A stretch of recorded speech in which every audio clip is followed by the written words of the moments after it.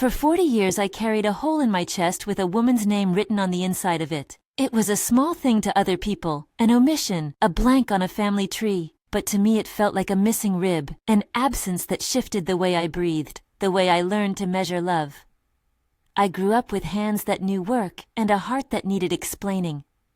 Somewhere between the red tiles of our roof and the wooden beams of our kitchen, I learned to live with questions that never left me. If this story matters to you, please subscribe. There are more lives like mine to tell. I was born in Molise, in a house that leaned into the wind as if it had been built to listen. The road to our villa wound through scrubby hills scattered with rosemary and lavender, and in summer the air smelled like the honeycomb Berenice kept near the back wall. People still talk, if you let them, about that smell. The steady sweetness of wax and nectar that clung to the hems of her dresses, to her hair. It was like a signature. Whenever she came near, her palms smelled of honey, and that odor wrapped the days for me like a constant promise which I did not yet know how to read. The house had one long room with a high wooden ceiling dark from years of smoke and winter fires.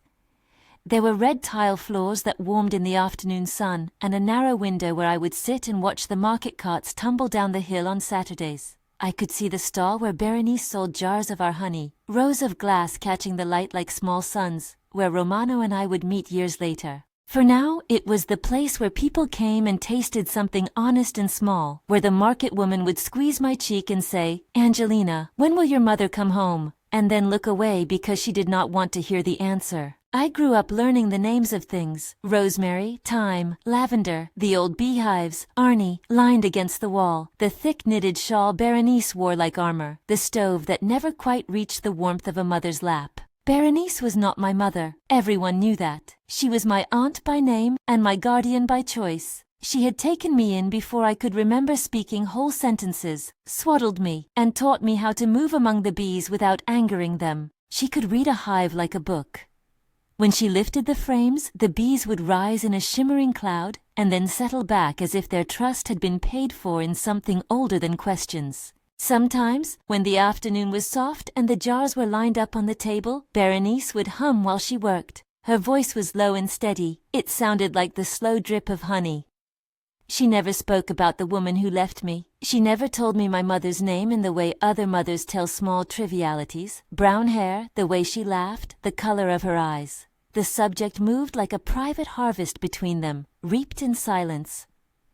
"One day you will understand," she would say, as if time itself were the slow honey that could resolve everything.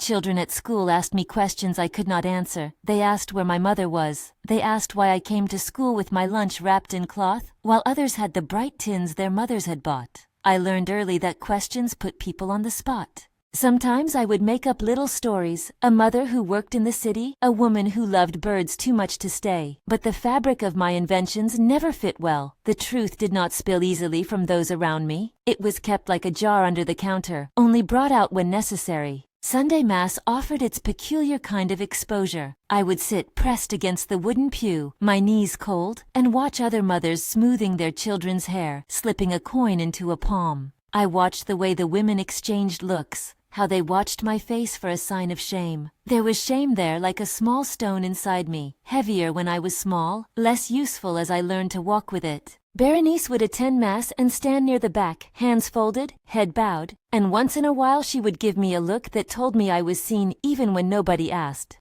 The market was where the village's life moved in a loud, practical way. People came to trade, to gossip, to buy the week's needs. The market woman sold cheese and made the best coffee. The old man by the bread stall would tell stories so long they were almost the weather. For me, the market was a place of small humiliations and small consolations. I would watch mothers with their children, the way they held little hands and carried bags of tomatoes, and my heart would clench with a hunger that was not only for food. I learned to look away, to fold that ache into the motions of daily life. Berenice's protection had the feel of a gentle but unbending law. She was not loud nor sentimental. She would not offer explanations that tasted like pity. Instead, she taught me practical things. How to handle the smoker when opening the hive, how to rub propolis to dull a sting, how to hold a jar of honey up to the light and read its color like a promise. Her lessons were practical and tender. They were acts of provision disguised as routine. At 7, I remember sitting on the curb and letting the rain soak through my skirt. I had been watching another family. A woman had been smiling at her boy and tying his scarf. My scarf had been tied wrong for days and nobody had fixed it. The world, from my small place, seemed full of this fixable attention.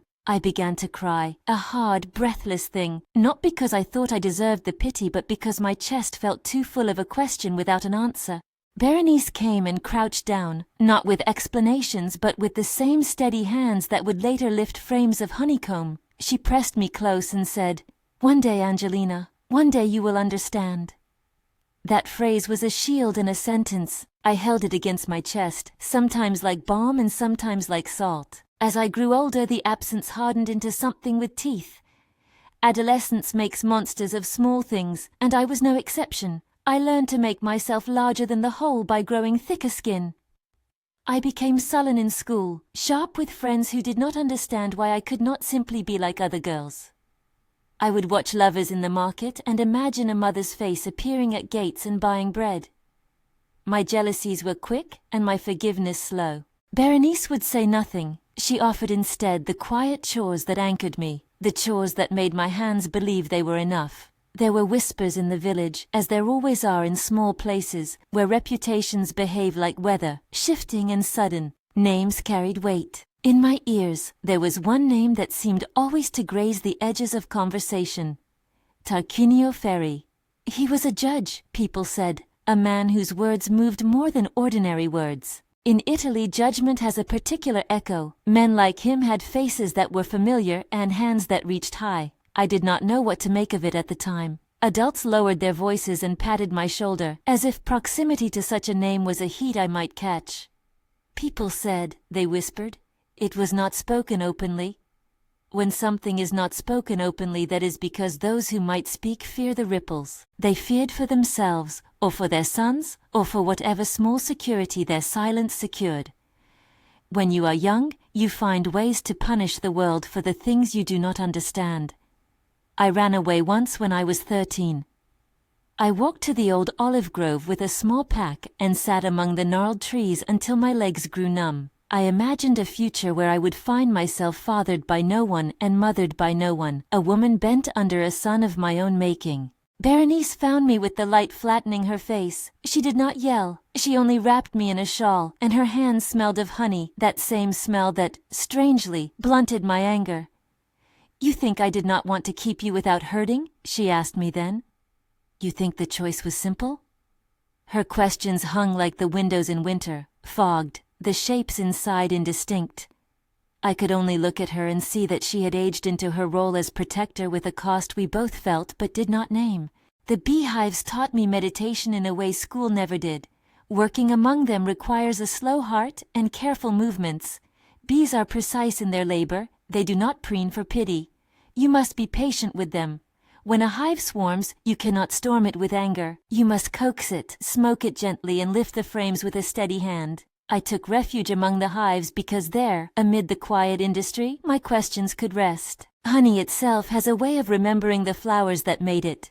Sometimes I would taste the honey and try to find the note of thyme or the distant thrum of lavender, as if those flavors might tell me something about where my life came from. Before Romano, I had thought that I would live and die with my question inside me. Then he came on a Saturday when the sun made the jars look like small jars of molten amber. He had the kind of hands I recognized immediately, calloused, sensible, the hands of someone who had built things and fixed other people's fences. We spoke because there were jars to be weighed and coins to be counted. He joked with the market woman, and when he talked to me, his smile seemed to make room. Maybe the best way to describe him is that he arrived as the opposite of everything my childhood had been. Steady where my life had been windy, predictable where my past had been a small unraveling. Courtship in a village like ours is practical and rooted. People's lives are braided. Romance moves in small, careful threads. Romano and I walked the hills together, holding hands without fanfare. He was patient with my flash of temper and with my silences. When we married, it was under an old olive tree. No big feast, just family and a loaf of bread broken among us. He never pressed me for the story of the woman who had left.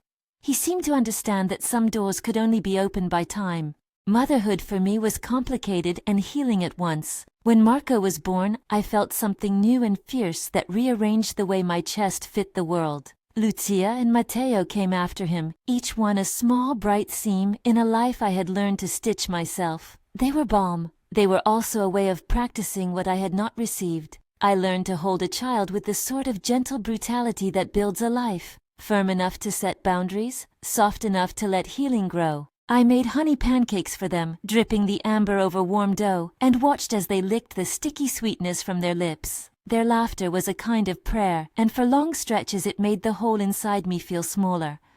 All the same, there were nights when, after I had tucked them in and the house had settled, the old question would rise like the smell of smoke and make me reach for answers that were not there. Romano watched me with a tenderness that never demanded spectacle. He was present at births, at small funerals, at the making of our little household. We argued like any couple, about money and whether to paint the shutters blue, about whether Marco should stay and learn the trade or move to the city for school. But there was a steady confidence in him that made me trust the slow work of ordinary life. When my anger flared, he would say, "Angelina, I am here," and there was no sermon in it, only an invitation to rest. As the years passed, the children grew, and the market changed, and yet the old question followed me like a shadow. It was like an inheritance I could not refuse. Marco asked once, when he was 10, "Mama, why don't we have a grandmother? Everyone else at school shows pictures of their grandmothers." I sat at the kitchen table and watched the smoke from the oven curl upward. Lucia looked over his shoulder, and I could see the way the question shivered through both of them. Curiosity, yes, but also a young person's appetite for family. I told them the honest half-truths I had learned to tell. Your mother was a brave woman, who for reasons of her own could not stay. They accepted the answer as children do, but in the folds of their faces I could see a tenderness to the idea of a missing person that would grow as they did. Sometimes at night, when the house was still, and the hives had quieted, I dreamt of a woman with hands like mine, who had left a child at a neighbor's door and walked away. In the dream she often wore a shawl embroidered with small roses. Once I woke with a feeling like a name at the tip of my tongue. I would go to my little chest of drawers and look at the things there. Old ribbons, a button that Berenice had once given me that smelled faintly of beeswax, and wonder if these small artifacts belonged to a woman who had loved me and been forced to leave. When the village's older women spoke in corners, they told stories thick with caution. "She worked in the house of the judge," one had said once, when I was close enough to hear. "Do you know what it means to be in the house of someone with power?" Their voices dipped at the edges when they mentioned Tarquinio Ferri's name, as if naming him aloud might be like opening a door to a room full of knives. "He is a man who keeps his life tight," they said, which in a small place means he kept people tight too. I could feel the sentence close over me like a lid. People spoke of power as a thing that could move without conscience. They spoke in metaphors and half-explanations because full words would mean trouble. I learned to listen for those half-words like a new language. There were moments in the inventory of my life when I thought I might break completely under the weighting. You learn to turn absence into ritual. I would take the children to the hives and teach them to be careful, to watch the bees as if they were small pilgrims. We would dip the honey and taste the seasons, spring's acacia, summer's lavender, until the flavors became a map that told us where we had been. I taught my children to treat silence as something that can contain both harm and protection. They learned early that some doors are closed for reasons we may not understand, and that sometimes a closed door is a kept life. There were times when I found myself angry not only at the person absent, but at the person present. I resented Berenice for her silence. I resented her at the market when she smiled at the woman who whispered, "She's a good aunt," as though that were the whole story. I wanted her to fail, to be human and messy and apologetic. But grief teaches you odd lessons. You learn how to hold contradictory feelings one next to the other. I loved her because she kept me alive. I hated her because she had kept me ignorant of why someone had left.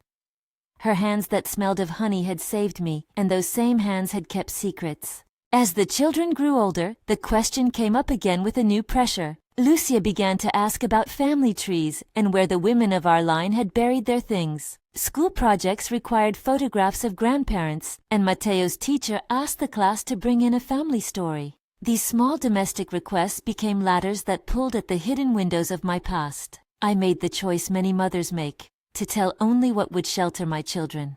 I gave them small, careful truths and kept the sharper edges for myself. But there are things that do not stay sheltered forever. Dreams started to come with more insistence. I would see a woman in a doorway who looked at me with the look Berenice used to give me, a look of both apology and iron. In one dream, the woman left a little bundle at the edge of the market and then was swallowed up by a street that turned to fog. In another, she smiled and lifted her hand as if to say goodbye, and then the memory paused. I would wake with the taste of honey in my mouth, and I would go to the kitchen and stir a spoonful into a cup of tea as if the sweetness might be a key. There were also small clues, the kind a life hands you if it is generous. Once, while sorting a chest of linens Berenice had given me when she said she no longer needed them, I found a folded photograph tucked between sheets.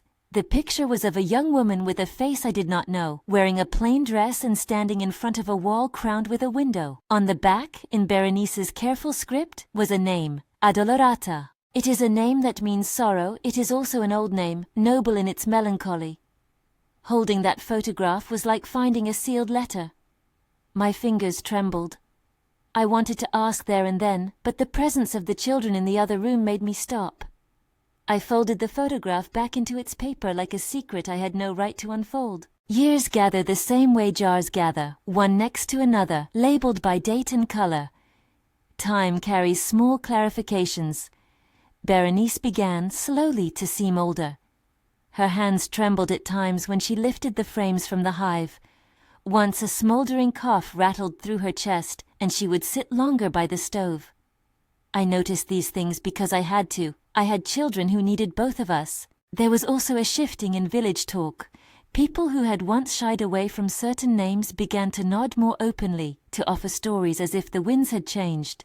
An elderly woman at the market, one who used to speak riddles for the sake of entertainment, told me in a clipped voice, "Sometimes the truth arrives when the ground is ready." I looked at her, and then at the jars of honey, and thought that perhaps I had been living in unripe fruit. The heavy decisions were always presented with two doors, one labeled justice, the other labeled peace, and neither fit the handle easily. The idea of exposing the past, of naming the person whose name has been whispered, carried with it a weight I could not ignore. In our village, speaking up meant you tangled with reputations and with people who had power in their hands. Romano would listen when I talked in the small hours, turning a cup between his hands. He never told me what to do.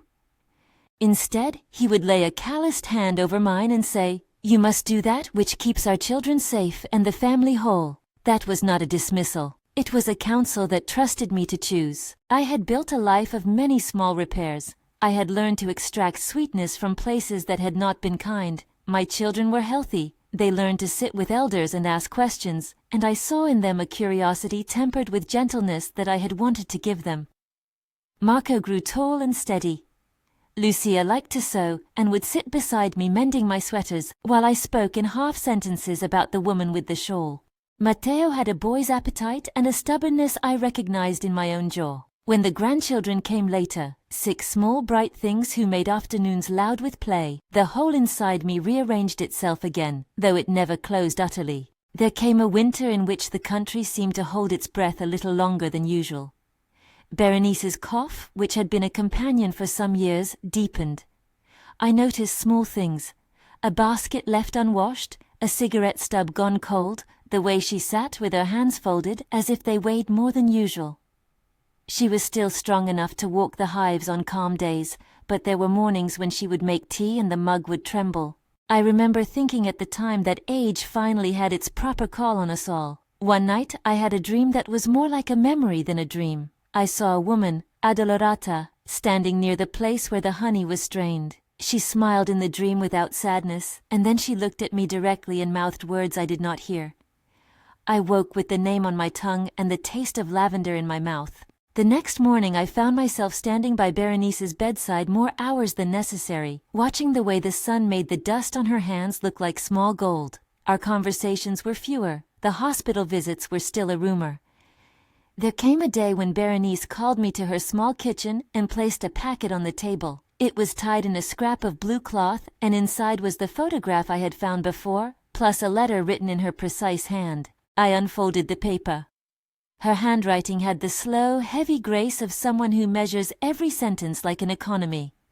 She looked at me, and for the first time since I had been small, she seemed to step out of the silence she had kept.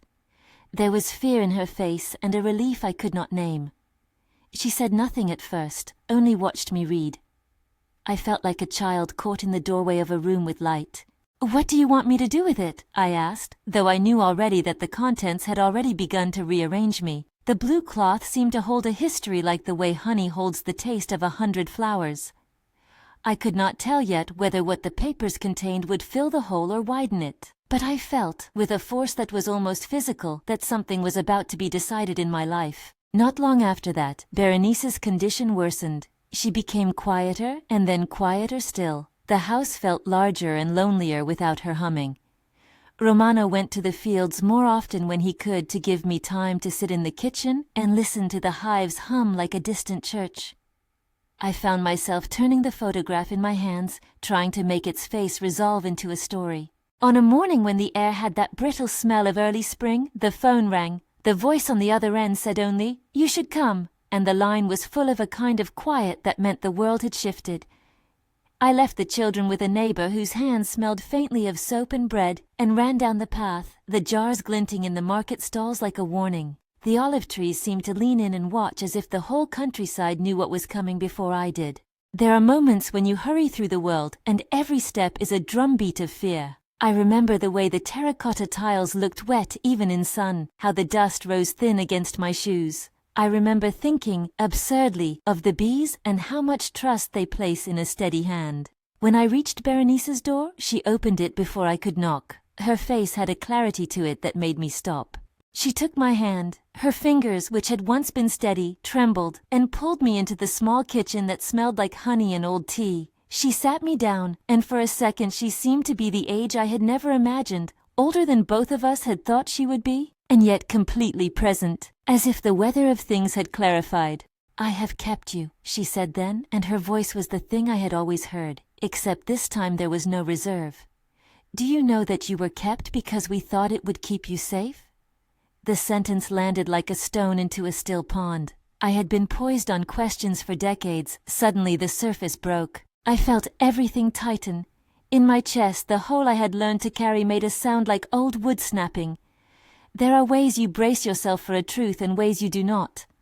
I was both ready and not ready at all. Berenice's eyes searched mine as if she expected me to be both judge and child.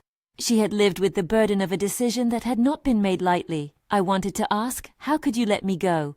But the question felt wrong, because I had always felt she had been my keeper, my shield. "Tell me," I said instead, and I was surprised at the steadiness of my own voice. The kitchen clock ticked.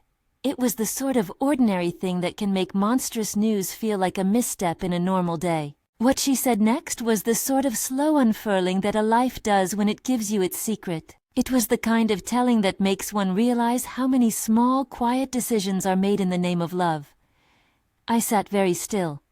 Her story began not with accusations but with a posture of care. She said the name Addolorata, my mother's name, and it was like a key turning in a lock I had never found before. She spoke of a house where Addolorata had worked, and of a man of stature, a judge by the name of Tarquinio Ferri, whose presence in the village made people careful of their words. She did not speak with venom, but with a heavy economy of phrases arranged like bricks. She told me that Addolorata had left because to stay would have been to put me in a place where danger lived like a weather pattern, inevitable, cruel, and not very interested in who it harmed. Berenice said she had taken me away and hidden me in plain sight under the guise of family, because sometimes keeping safe means making a sacrifice that looks like abandonment. Her hands, those hands that had known the smell of pollen and wax, folded in her lap, and she seemed to let the years fall off her like a shawl. I felt the room tilt. All the resentments that had been tight and hard in my chest loosened and softened into a different shape. A grief that was full of gratitude and a grief that ached with what had been lost by the act of secrecy. The decision to keep me had been an enormous one, a slow violence against one kind of intimacy in the name of protection from a different kind of violence.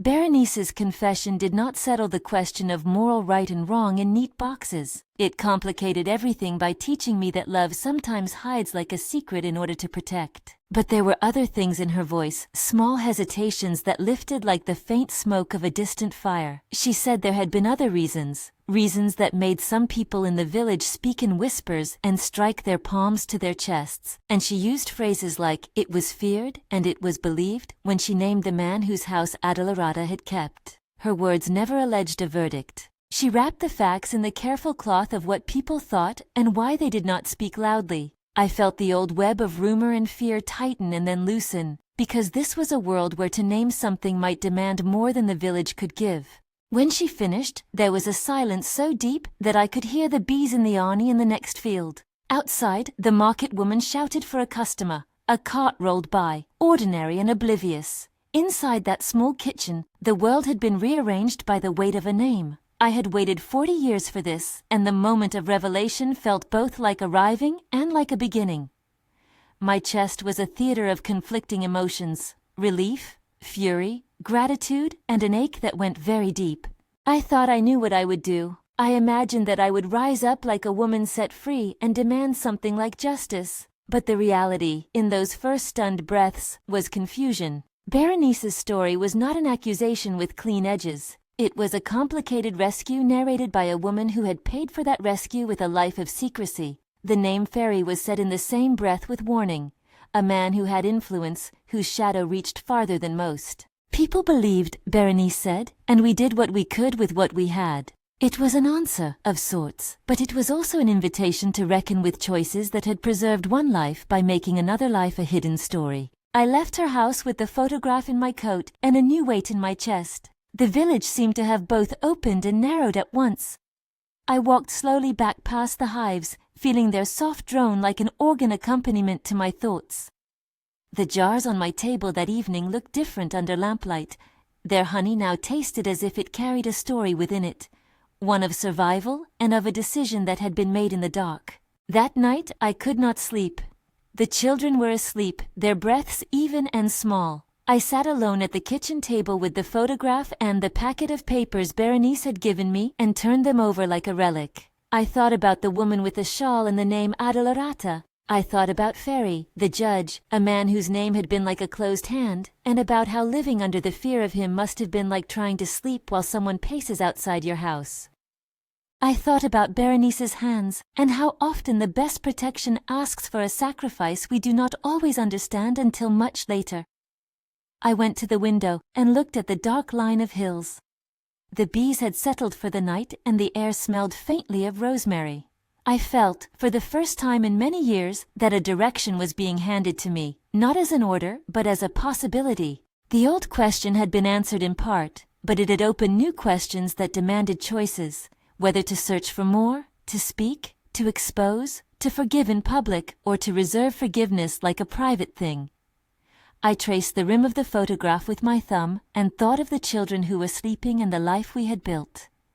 There were responsibilities that reached beyond my hunger for truth. In the morning, before the market came to life, I packed a small satchel. I put in a shawl, a loaf of bread, and the photograph wrapped in the blue cloth. I did not know yet what I would say when people asked. I only knew that the ground beneath my feet had shifted and that decisions would have to be made. I tasted the honey at the edge of the spoon and found that it was bitter with the taste of things that had been kept too long. As I climbed the path towards the market, I felt like someone approaching a doorway that had been closed for a long time. The jars on my stool felt heavier than they had the day before. The sun was low, and there was a clarity to the air that made my thoughts sharp as glass.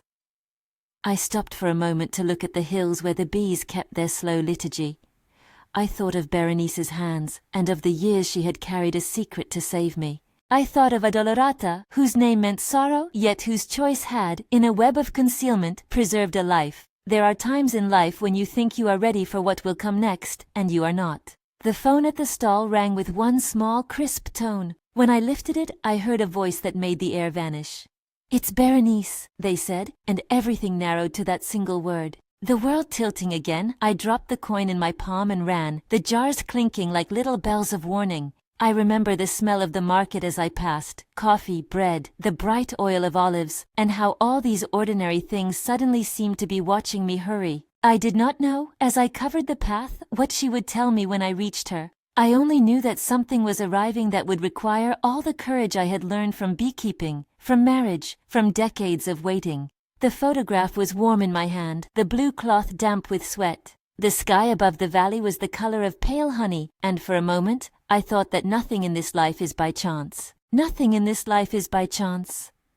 The thought arrived as I ran, as if the hills themselves had pressed the idea into my ribs to steady me. I reached Berenice's door and she let me in with that clear look she always gave when the world had finally come to a head. She was thinner than the last time I had seen her. The corners of her mouth had folded inward, as if she was saving breath for something important. She took my hand and held it as though she would not let go, and for a moment I wanted to say everything. The decades of lost birthdays, the nights I had curled under blankets pretending not to listen, the ways I had felt my chest hollow. Instead, I sat down and waited for the rest of her story. She did not speak at once. She reached into her apron pocket and drew out an envelope, one that had been sealed long enough for the edges to stiffen. She had given me a photograph before, tucked between sheets like a seed saved for spring, and now she gave me the papers she had kept folded and hidden. Her hands shook as she pushed them toward me, and the room smelled of tea and bees. "I could not tell you when you were small," she said, and there was no explanation in that sentence, only the shape of a heavy truth. "You would not have been safe, not there, not then."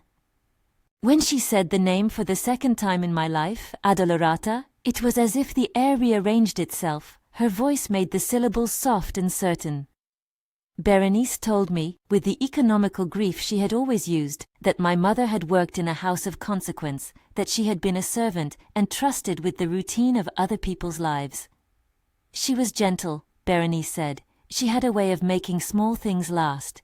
She sang sometimes when she scrubbed. She loved the light on the stairs. Then she added the other sort of thing that the village only ever offered in murmurs. She said that Adolorata had been exposed to the attentions of a man who had power, a man named Tarquinio Ferri. I had heard the name before, of course, an ember of rumor I had learned to avoid fanning. Tarquinio Ferri was a judge. Everyone used the title the way one might use a lock to keep certain rooms closed. If you grew up in a small place, you learned the difference between a man's title and the way his title made everyone move around him. Berenice said his name with a kind of pity that was both fierce and careful. She did not call him a monster, she used instead the village's way of describing the unnameable. A man with a large pocket of influence, she said, and that phrase carried its own heaviness. She told me how Adolorata had disappeared from her place of work for a time and then returned, and how she had come to the decision that the child would not be safe there. "I took you," Berenice said. "I took you because a house that protects itself is sometimes a house that strips pieces of people." She said she had been my guardian in the legal sense, but also in the sense that matters more, the keeper of a life someone chose to hide. Then she said the thing I had not been willing to say to myself. "Your mother left you so you could live." There was a moment after she spoke in which I felt the floor shift beneath me. It was as if the ground that had been a long narrow river of questions became a pond with a stone dropped in it. Circles reached my edges and then slowed. Resentment that had hardened into a form that kept me walking straight through morning softened and became something else. An ache of gratitude braided with a grief that lay heavy and complicated. The question did not dissolve. It rephrased itself. I wanted to ask about Tarquinio Ferri. I wanted to ask whether Berenice had ever spoken to him, whether she had ever demanded an answer, whether Adolorata had ever been believed. Berenice's face became small in the way it does when a woman carries too much. She told me then, quietly, as one might acknowledge a family shame, that she had been his sister. The word landed like a tile falling away in a roof. The house of my life had a hole I had never suspected. "How could you?" I began, but the question came out a jagged thing. The more I thought about it, the more I realized the question was wrong. It assumed a single simple choice. Berenice had been tied into a web I had not understood. She had been a sister, and that kinship carried obligations and dangers I in my smallness had not imagined. "I was young then," she said, "and he was a man who held many doors. Say he was my brother, say he was your danger. You think you could step into that and come out singing?" Her voice broke, and for the first time since childhood I heard her not only as a keeper, but as a woman who had lost years to fear and love and calculation. She spoke of the night Adolorata was found without life. The phrase was clinical, as the papers would later be, and Berenice's eyes hardened as if the formality of the description tried to bury what could not be buried.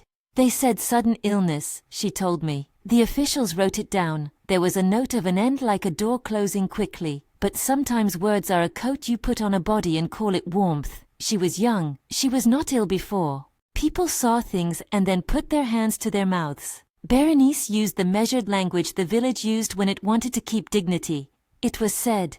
It was believed. People thought. She did not accuse in the way the papers do.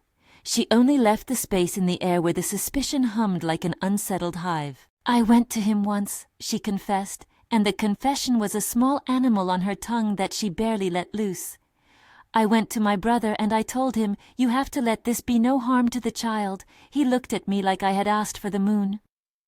The image of a sister standing up to a brother with power changed the shape of my anger. She had tried. She had failed in the ways all human plans fail sometimes. I was afraid, she said. I was afraid for you, and I was afraid for the rest of us. We chose the shadow that kept you alive rather than the light that might have burned everyone else. There was an honesty in that choice I had not expected. It did not erase my longing. It reframed it. The woman who had been my enemy in small resentments was also a woman who had legibly chosen to keep me. The moral landscape had become more complicated. Not simply right or wrong, but a map of small roads one takes when one believes there is nothing else to do. After she spoke, she reached for another thing. A folded letter, ink faded, edges soft from being held against a breast. It was in Adelarata's handwriting. I had not known such a thing could exist. Berenice had kept it tucked away like a secret spice.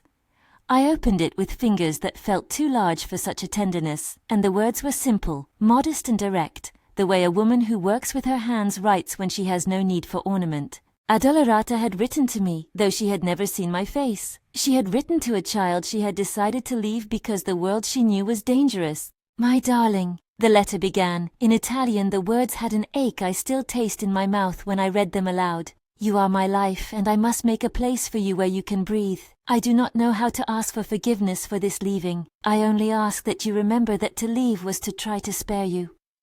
She spoke of small things. The color of the morning she last saw me, a shawl she had mended, the way she held a broom like a soldier holds a rifle. There were lines about fear, of men who think themselves above reproach, and about shame that crouch like a stray dog. She wrote, plainly, that she had worked in a house where a powerful man's attention was more dangerous than a storm. She did not use the word assault. She used instead the language of the humble. "He took liberties," she said, and for a woman of her class the phrase was as blunt as any accusation. It thrust a wind of understanding into a room constructed by silence. The last paragraph was the hardest to read. "If the papers call it a sudden illness, I am found without life, then let them say that," she had written.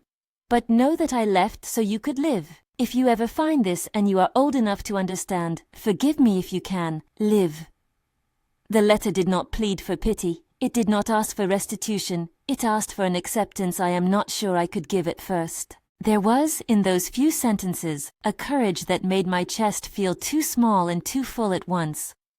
When I finished reading, Berenice put her hand over mine and said, "I could not keep the rest from you." Her voice was thin with something like relief.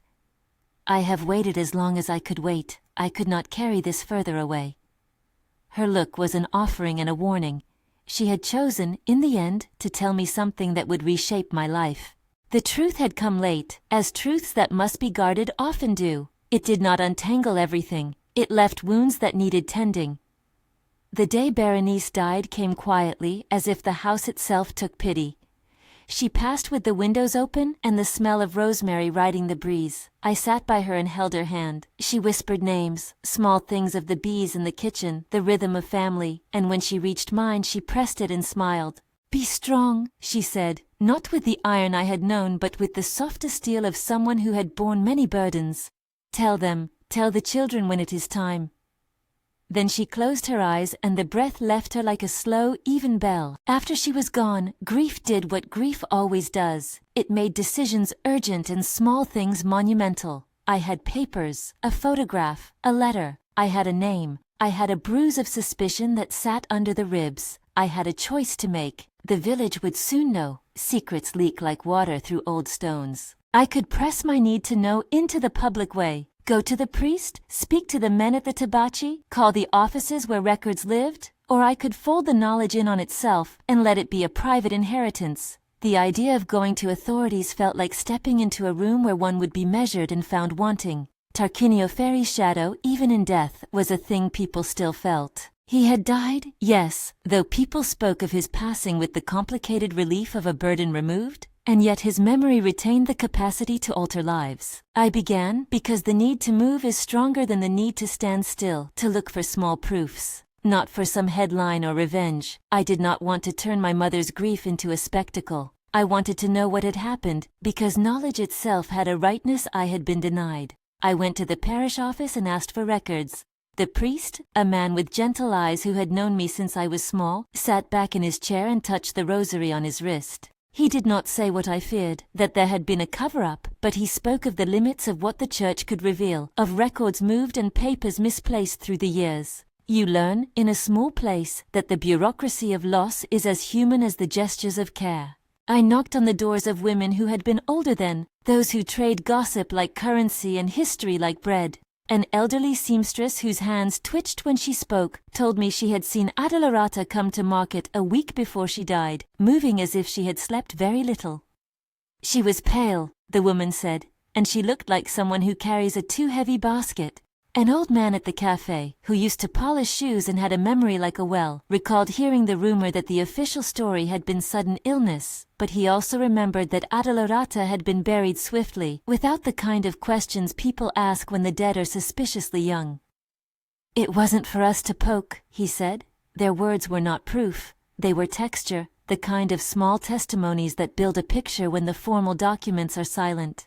There were records to be found eventually, names in registry ledgers, dates stamped by clerks whose pens were now dry. I learned the date when Adelarata was found. The formal line read, as it had to read, found without life, and reported sudden illness. The phrases were sterile and precise, as if the world tried to comfort itself by giving clean language to messy things. I kept saying those words aloud, as if saying them would help me understand whether the paper had somehow been kinder than the life it described. People told me things I did not want to know, and things I did. An old neighbor told me in a voice like a wind through bramble that the judge had been unpopular in private with some and protected by others. The market woman, who had long ago learned to watch which way the wind blew, told me that women had always known, without speaking, that some reputations carry teeth. We kept our distance, she said, not out of fear alone, out of the knowledge that some doors are too heavy for us to pry open. These stories were all I had, and pain does strange things when it is mixed with the truth. It can harden into anger, or it can melt into something quieter like attention. I felt both. When I told Romano, he took my hand and said, "You may do as you need." He was steady in the way he had always been. There was no rush in his words, no applause for some righteous stance. He knew the cost of dragging the past into the light in our village. To name a man like Ferry publicly, even now, would be to press a sore that had crusted over into something raw. He reminded me gently that our children and grandchildren lived here, and that histories make many people small again. His caution was not cowardice, it was a careful weighing of the wounds and the possible harm. Justice is not only in courts, he told me. Sometimes it is in how we remember.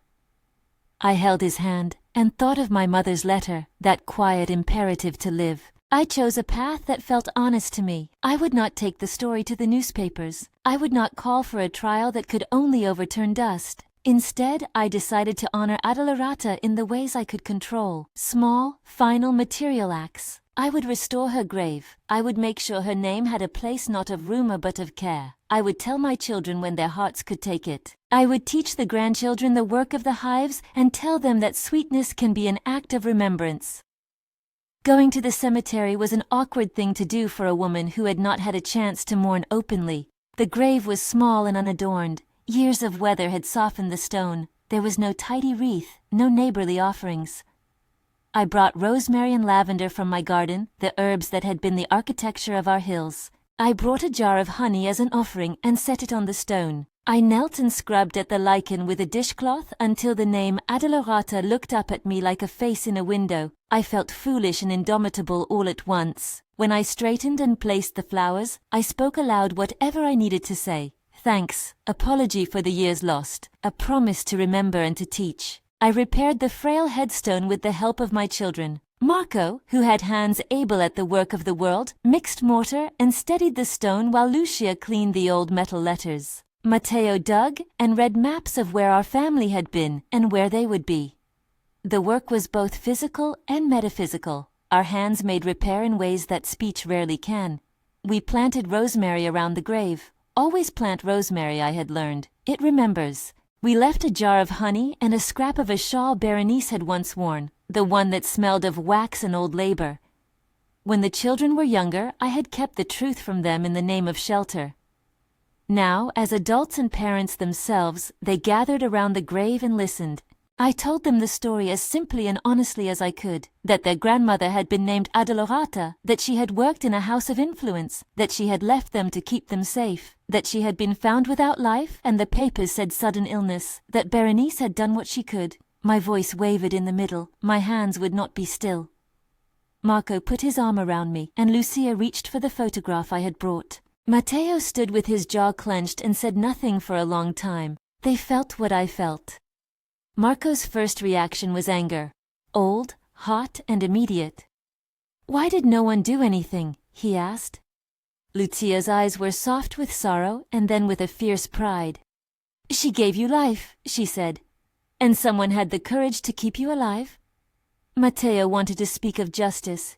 He wanted names and accountability. We argued for a long afternoon in our small kitchen, voices raised sometimes, then softened, until we found a shape that fit us. We would not pursue the old judge in a public way that could do harm to the living. We would honor, restore, and remember quietly. We would bring our children to the grave and tell them what we knew, so that the story would not die like a rumor in the dark. My grandchildren came later, small hands and loud shoes, their faces like tiny mirrors of my own children when they were young. I taught them to move near the hives with gentle feet. I taught them to hold a frame steady and to listen to the hum. The bees are careful, I would tell them, and so must you be. When they asked why we kept a jar by the grave, I told them the smallest truth that would fit their hours. This honey remembers the flowers of a woman who loved a child enough to make a hard choice. They nodded as children do, absorbing stories like bees gather light. Over time their questions deepened, and so did our answers. I watched them learn that families are not only made by being present, but sometimes by being kept, and that love arrives in complicated packages. There were offers, of course, from curious outsiders over the years, neighbors and distant cousins who thought that my silence had been a weakness they could profit from. People came to ask about Fairy's deeds, to try to rewrite the story for the sake of gossip. I refused those retellings. I refused a spectacle. To me, Addolorata's sacrifice was not something to be made into currency. It was an act of small private courage that deserved dignity. The memory of her ought to be a slow thing, not a headline. In the quiet that followed Berenice's death, I took to working the hives with the kind of attention I had not allowed myself for a while. Bees have a way of answering the rush of thought with a cadence that slows you down. You learn to be steady with them, to let your breath match the rhythm of their work, and the steady labor healed me in ways I had not expected. I found myself thinking of the honey as a record, each jar a season of the land and the woman who had gone. I began labeling certain jars with small notes. Addolorata's Reserve, I called one, and the name on the jars felt like a correction to the world. By naming them, by making the honey a kind of living memory, I gave the past a vessel. There were nights when the old anger rose, raw and eager, the kind of anger that wants to point fingers and demand that a world rearrange itself at once. On those nights, I would take the letter from my drawer and read Addolorata's words again. They were always the same, simple, sacrificing, unornamented, and they always brought me back from the edge of spectacle into the place where private grief becomes public work. She left so you could live, I would read, and I would think of the little sleeping forms in our home and how fragile a life can be when it is threatened. People sometimes ask how one forgives something so large and so late. Forgiveness is not a single moment. You cannot think of it as a button you press. It is a series of small gestures. The choice to plant rosemary, the act of polishing a stone, the daily tending of a hive. Each of those practical acts is a kind of forgiveness because it is a refusal to let the past calcify into poison. Forgiveness saved me not for the person accused but for myself. Holding on to fury made my stomach ache and my nights short. Letting some of it go gave my children a grandmother to call in memory, and my grandchildren a map of courage. I did in time tell others, neighbors, people who had once held back. I told them in the market when the light was soft and the jars of honey shone. I told them because the truth had ceased to be only mine. The village greeted my story with the particular softness small places have for the complicated things among them. There was no banner or triumph, only an exchange of glances and small offerings. A woman bringing a pie, a man helping to lift a stone. Life continued. The judge's name continued to sit in history like a footnote. People whispered. Some wanted a more public reckoning. Others wanted to let the dust sleep. We went on. As my hair went silver, and my bones felt the weather more, I began to gather the family each year at Adelarada's grave. We would clean, plant, and set down honey as if laying out offerings for a table we could never sit at together. We would speak her name aloud so that it would not be swallowed by the hush that once had protected me. The children learned the stories I had learned. What it means to sacrifice, what it means to keep safe, and what it means to make the hard choice between justice as spectacle and justice as care. They learned that sometimes history requires an act of mercy from those who survive. The bees kept teaching us about rhythm, about seasons, about how sweetness is made slowly from small things. My grandchildren learned to sit quietly and watch, and they asked good questions. Why did she go? Why did she not come back? I answered as honestly as I could for their ages, and let the other answers live for later. I wanted them to know that human stories have crooked edges. I wanted them to know that love sometimes looks like leaving, and that leaving may be the most sacrificial kind of love. Once, a young woman from the village, a teacher, asked me to come and speak to her class about the women in our town who had been unsung. I went, and I told a pared-down version of the story, not for the sake of drama, but to point out that history is made by people who do the small brave things of tending and hiding and sometimes telling. The children listened with their small concentrated faces. A boy raised his hand and asked out of the depth of his simple curiosity, "Was she a hero?" I thought of the letter Adelarata had written, of the jars of honey, of Berenice's final hands, and I answered, "Yes. She was brave in a way that keeps others living." The classroom felt like an altar. Their eyes gave me the sense that the story would not vanish. Nothing felt accidental because every small choice had led to the place where I sat with my grandchildren and the bees and a repaired headstone. The emptiness of my childhood had been filled, not by the return of the woman who had left, but by the creating of a new lineage of care, and the knowledge that this was, in a terrible and simple way, by design. Adelarata's decision had formed the arc of our family. The way she had left, and the way Berenice had kept taught me that the story of our lives is sometimes written by those who walk away in order to give us room to walk forward. People in the market sometimes asked why I had chosen peace instead of a more public confrontation. I would tell them that I had weighed both. I had a taste for justice's bluntness, but I also had children and grandchildren who needed a life without the tearing that a public trial might bring. I wanted to honor both my mother and the woman who had kept me, Berenice, and to do that, I chose the slower, quieter route.